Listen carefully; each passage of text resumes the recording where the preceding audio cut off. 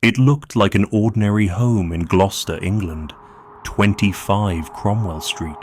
But behind those walls lurked a horror so unimaginable that it would shake the nation to its core.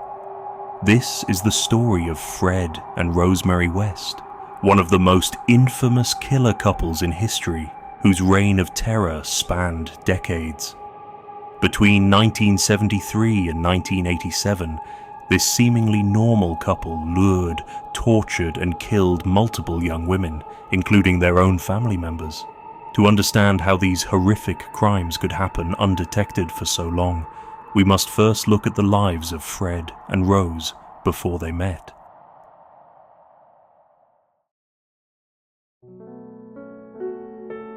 Fred West was born in 1941 in the small village of Much Marcle. He grew up in an abusive household where violence and neglect were a daily occurrence. His father was reportedly controlling and had disturbing views on relationships. By his teenage years, Fred had developed a troubling reputation, stealing, lying, and showing an unhealthy interest in young girls. After a motorcycle accident left him with a head injury, his violent tendencies worsened.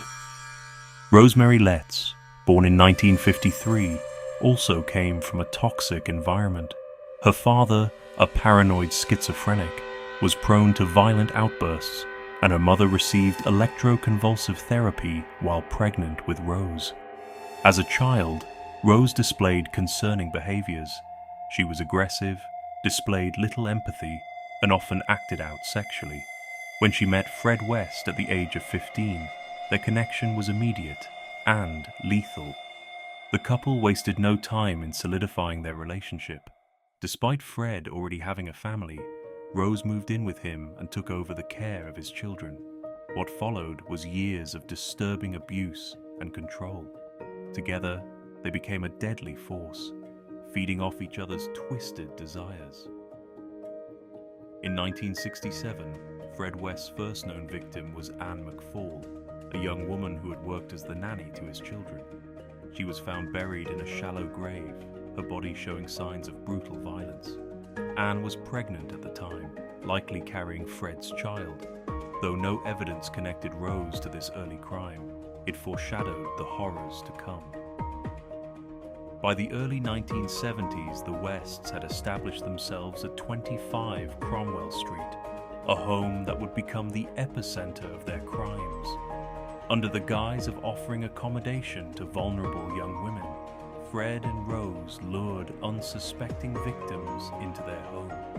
Once inside, their fate was sealed. Their victims were often young, trusting women, drawn in by the promise of work or lodging. Once inside, they were subjected to unimaginable cruelty, bound, tortured, and ultimately murdered. Their remains were buried in the garden, beneath the floorboards, or hidden within the very walls of the house.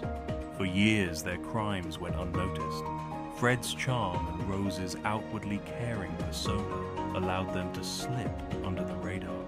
Even when suspicions arose, victims were often too afraid to speak out. The Wests lived in plain sight, hiding their darkness behind the facade of a normal family life. But in 1992, their luck would run out. Their daughter, Heather West, disappeared without a trace. When suspicions grew, Fred made an offhand remark that would seal their fate. "She's under the patio." It was a chilling clue that investigators couldn't ignore. When police began excavating the garden of 25 Cromwell Street, they uncovered something far worse than they had ever imagined: human remains, carefully concealed for years. Heather West's disappearance had led investigators to a house of horrors. Under pressure, Fred West initially attempted to downplay the findings, claiming that Heather had run away. But as evidence mounted, his lies unraveled. Soon, he confessed to multiple murders, but maintained that Rose had no involvement. However, investigators knew otherwise.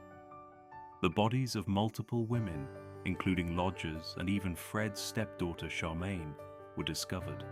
Each victim had suffered prolonged abuse before their untimely deaths. In 1995, as Fred awaited trial, he took his own life in prison, leaving Rose to answer for their crimes alone. His suicide was seen by many as an escape from justice, but Rose would not evade punishment. Rosemary West faced trial and was ultimately convicted of 10 counts of murder. Her demeanor throughout the proceedings was cold and emotionless.